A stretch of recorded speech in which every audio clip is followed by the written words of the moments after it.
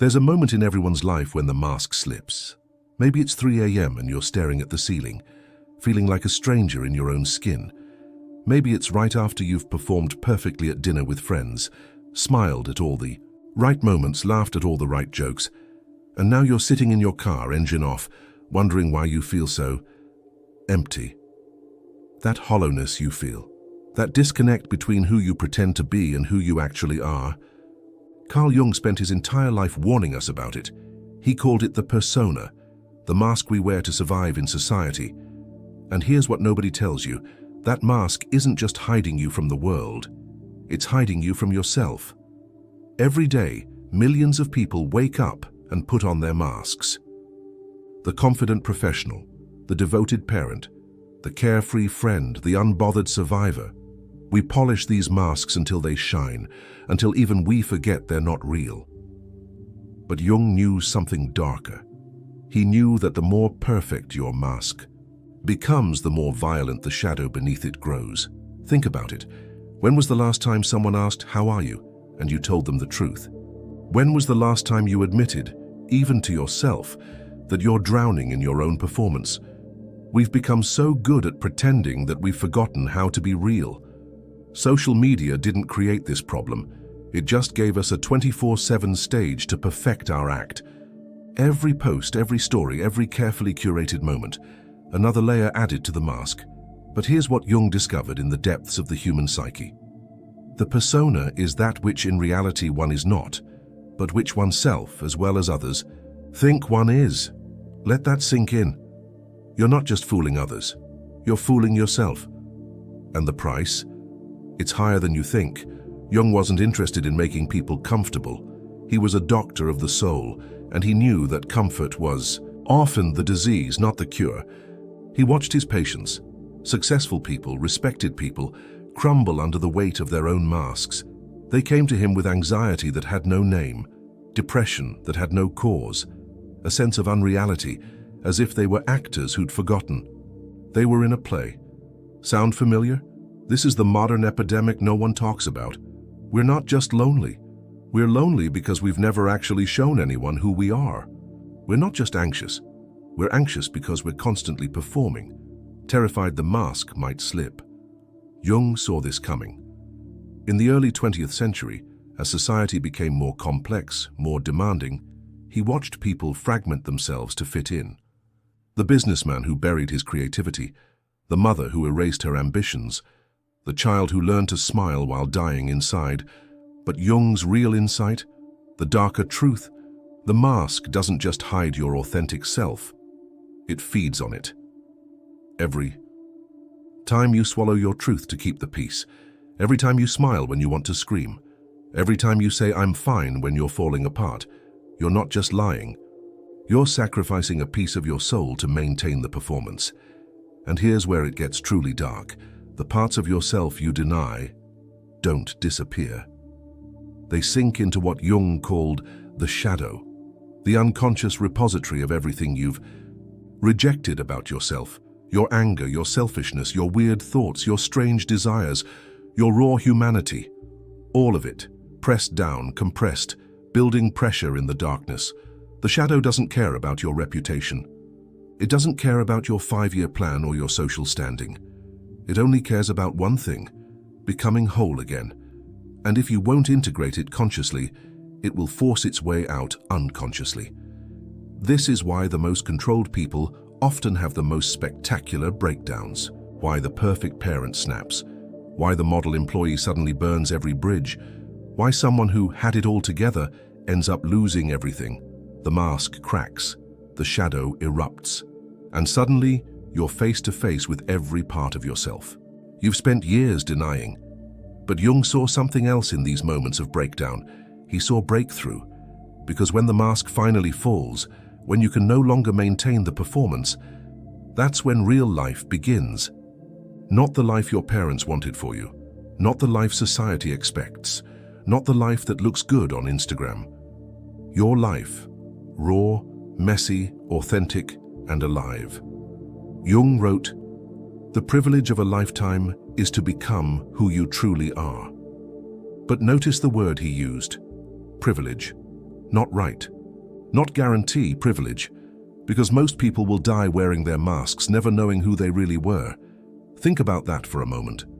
Most people will go to their graves having played a character their entire lives. They'll have been the good son, the reliable friend, the successful professional, everything except themselves. Is that what you want? To reach the end and realize you spent 70, 80, 90 years being someone else's idea of who you should be. The path Jung prescribes isn't easy. It's not a self-help program or a weekend workshop. It's a descent into your own depths, a confrontation with everything you've hidden. He called it individuation, the process of becoming a complete human being. Not perfect, complete, whole, integrated. It means looking at your mask and asking, what am I so afraid of showing? It means examining your life and asking, whose approval am I still seeking?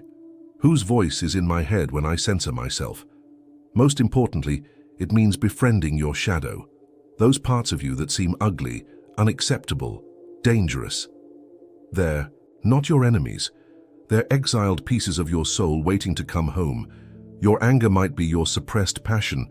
Your selfishness might be your neglected needs finally demanding attention. Your weird thoughts might be your creativity trying to break free from the cage of normalcy. But here's the thing, you can't think your way to authenticity. You can't plan your way to wholeness. You have to feel it, live it, risk it, start small. The next time someone asks how you are, pause before you automatically say, fine. Feel what's actually true. You don't have to dump your entire inner world on them, but can you be 10% more honest? 20%? Notice when you're performing. That laugh that doesn't reach your eyes. That agreement when you actually disagree. That silence when you have something to say. These are the moments when you're feeding the mask and starving your soul. And when you catch yourself mid-performance, ask, what would happen if I dropped this act, just for a moment? What would happen if I let people see the messy, complicated, contradictory human being I actually am? The answer might surprise you, because here's what Jung discovered through thousands of hours with patients. People don't connect with your mask. They connect with your humanity, your flaws, your struggles, your weird quirks. These aren't obstacles to connection. They are connection. Every time you hide them, you're not protecting yourself, you're isolating yourself. But I won't lie to you. Dropping the mask is terrifying. It means risking rejection. It means some people won't like the real you. It means losing relationships that were based on your performance, not your truth. Jung knew this. He wrote, the most terrifying thing is to accept oneself completely. Terrifying, not challenging, not difficult, terrifying. Because when you accept yourself completely, shadow and all, you can no longer blame your problems on not being good enough. You can no longer hide behind the fantasy of who you'll become someday. You have to live now as you are, flawed and whole. Some people can't handle this. They'll spend their entire lives perfecting the mask, adding layer after layer, until they suffocate under its weight. They'll choose the familiar prison over the uncertain freedom. But you're still listening, which means some part of you, maybe a part you've ignored for years, knows the mask has to go. Jung left us with a prophecy disguised as a warning. He said the central neurosis of our time would be emptiness, not poverty, not war, emptiness. The hollow feeling of a life lived in costume. Look around. Was he wrong? How many people do you know who have everything but feel nothing? Who succeed at everything except being themselves? This is the price of the mask. It gives you safety, acceptance, success, everything except the one thing that matters, a life that feels like your own. So here's the question Jung would ask. If he was sitting across from you right now, how much longer are you willing to pretend? How many more years will you spend being who they need you to be instead of who you are? How much more of your authentic self will you sacrifice on the altar of acceptance? The mask will always be there waiting. Society will always have a role for you to play. But you have something rarer. You have the chance to become real, not perfect, not admirable, not even likable, real. And in a world full of people wearing masks, pretending to be fine, performing their lives away, being real might be the most radical act of all. Jung knew the cost of authenticity. He also knew the cost of its absence. One leaves you vulnerable, exposed, fully alive. The other leaves you safe, accepted, and hollow as a whisper.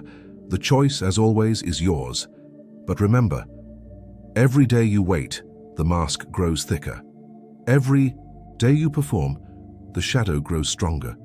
Every day you pretend, the real you fades a little more, until one day you'll look in the mirror and see only the mask looking back. And you'll wonder if there was ever anything else underneath.